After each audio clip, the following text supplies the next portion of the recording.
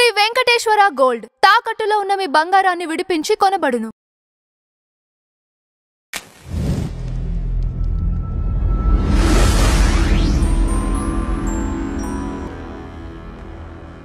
చెప్పినాడు చెప్పండి కొద్దిగా. Praise Lord. Praise Lord. వందే మాతరం. వందే మాతరం. జై శ్రీరామ్. సమస్య లేదండి, చెప్పను. ఎందుకండి? ప్రైజ్ ద లార్డ్ అంటే అర్థం ఏంటి? చెప్పండి.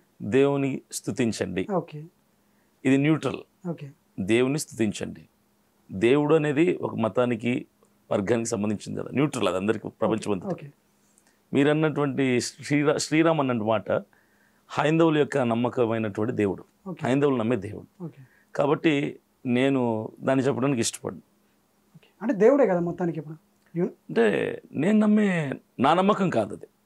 నా నమ్మకం కాని దాన్ని మీరు చెప్పమని అడగకూడదు, నేను చెప్పాల్సిన అవసరం లేదు.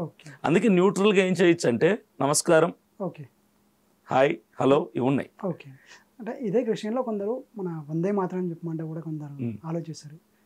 ఎందుకు అనుకోవచ్చు? ఇప్పుడు మీరు చెప్పారు, మీలాగా వేరే వాళ్ళు చెప్పడానికి ముందుకు రారు, ఎందుకు అనుకోవచ్చు అట్లా?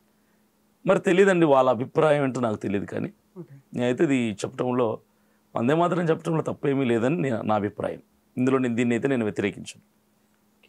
అంటే మొత్తానికి అయితే అనడానికి చాలా మంది ఆలోచిస్తారు, భారతీయుడే కదా అయినా కానీ వందే మాత్రం అనలేను అని చెప్పేసి అంటుంటారు. లేదు లేదు, సమస్య లేదు, స్కూల్లో పాడాం కదా. సో ఇప్పుడు మొన్న రీసెంట్ ఒక మీరు వీడియో పెట్టారు, నన్ను అరెస్ట్ చేశారు అని చెప్పేసి మీరు వీడియో పెట్టారు. దానికంటే ముందు అజయ్ బాబు గారు ఏమన్నారంటే, ఇది అభినవ్ దర్శక్ గారిని అరెస్ట్ చేశారంట, సో పిఎస్లో కూడా లేదంట, మరి ఎక్కడికి తీసుకెళ్లారో ఏమో తెలియట్లేదు, అసలు ఏమైతుంది అని చెప్పేసి అన్నారు. అసలు నిజంగా మిమ్మల్ని పిఎస్ స్టేషన్కి తీసుకెళ్లారా? తీసుకెళ్ళి ఏమన్నారు? ఎందుకు తీసుకెళ్లారు అసలు?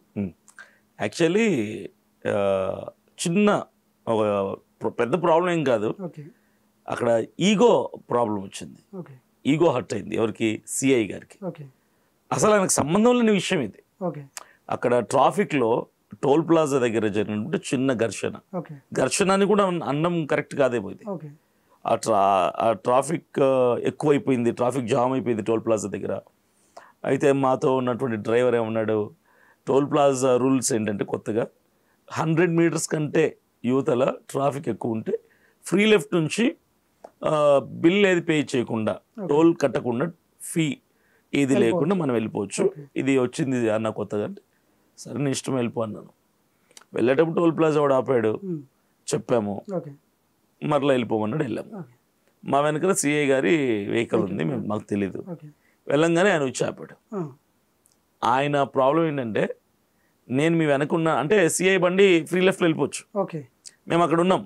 ఒక 2-3 మినిట్స్ పట్టింది మేము అతనితో, సిబ్బందితో, టోల్ ప్లాజా సిబ్బంది మాట్లాడే టైంలో. వెనక ఆయన బండి ఉంది. ఆయన అక్కడ ఈగో హర్ట్ అయింది. అంటే నా బండి ఆగాల్సి వచ్చింది, మీరు ఎందుకు ఆపారు అంటే బాగోదు కాబట్టి, ఎందుకు ట్రాఫిక్ జామ్ చేశారని అట్లా అడిగాడు. అడగటమే రాంగ్. ఫ్రీ లెఫ్ట్లో ట్రాఫిక్ జామ్ అవ్వదు అసలు, అందుకని టోల్ ఉండదు అక్కడ. అంటే మా డ్రైవర్ అన్నాడు, అది ఫ్రీ లెఫ్ట్ కదా సార్, మేము ట్రాఫిక్ జామ్ చేయలేదు, ట్రాఫిక్ జామ్ ఉందని చెప్పి మేము ఫ్రీ లెఫ్ట్లో ఇలా వచ్చాము, రూల్ ఉంది కదా, ఫ్రీ లెఫ్ట్లో వెళ్ళిపోవచ్చు హెవీ ట్రాఫిక్ ఉన్నప్పుడు, 100 మీటర్స్ దగ్గర అన్నప్పుడు. అందుకని వస్తుంటే అతను ఆపాడు. చెప్పిన తర్వాత అతను ఓపెన్ చేశాడు, వచ్చేసాము.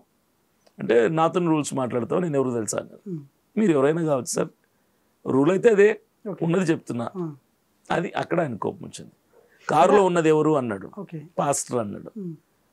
ఈ నా కొడుకులు దేశానికి చీడ పురుగులురా, ఈ నా కొడుకులను తీసుకుపోయి నా రేంజ్లో వీళ్ళకి బుద్ధి చెప్పండి అని చెప్పాడు. అంతే, ఇంకేం లేదు ప్రాబ్లం. సో ఇప్పుడు టోల్ గేట్ దగ్గర 100 మీటర్స్ కంటే ఎక్కువ ఏ వెహికల్ అయినా వెళ్ళిపోవచ్చు అన్నది. అంటే మీ వెహికల్ ఆగా టోల్ గేట్ దగ్గర ఆల్మోస్ట్ చాలా వెహికల్ ఆగాయి, చాలా వెహికల్స్ ఆగి. దాదాపు 150 మీటర్స్ యువతల వరకు ఆగిపోయింది, వెహికల్స్ కదలట్లేదు. అంటే ఆ వెహికల్ అన్ని కూడా ఫ్రీ లెఫ్ట్ తీసుకొని వెళ్ళిపోయాయి, ఓన్లీ మీరు వెళ్ళిపోలేదు, మేము మాత్రమే వచ్చాం. ఎందుకంటే చాలా మందికి తెలియదు, మాకు తెలుసు కాబట్టి. దట్టు మేము ఒంగోలుకి వెళ్తున్నాం, రాజమండ్రి నుంచి ఒంగోలు. నాకు ఒంగోలులో సాయంకాలం మీటింగ్ ఉంది, మీటింగ్కి వెళ్తున్నాం, టైం అయిపోతుంది. ప్లస్ రూల్ కూడా ఉంది కదా, ఇదేం రూల్ అతిక్రమించినట్టు కాదు కదా, వాళ్ళు పెట్టిందే కదా అని చెప్పి మేము వెళ్ళటం జరిగింది. అంటే ఆ రోజు మిమ్మల్ని పిఎస్ తీసుకెళ్లారు, 2 గంటల సేపు కూర్చోబెట్టారు, చాలా వాగ్వాదం జరిగింది. ఎఫ్ఐఆర్ కట్టమన్నారు, అరెస్ట్ చేయమన్నారు. పెద్ద పెద్ద వాళ్ళు ఫోన్లో చేసి అక్కడికి చాలామంది జనం రావటంతో, పెద్ద పెద్ద వాళ్ళు ఇన్వాల్వ్ కావటంతో లోకేష్ గారి ఆఫీస్ నుంచి ఫోన్ రావడంతో అప్పుడు నన్ను పంపించేశారు.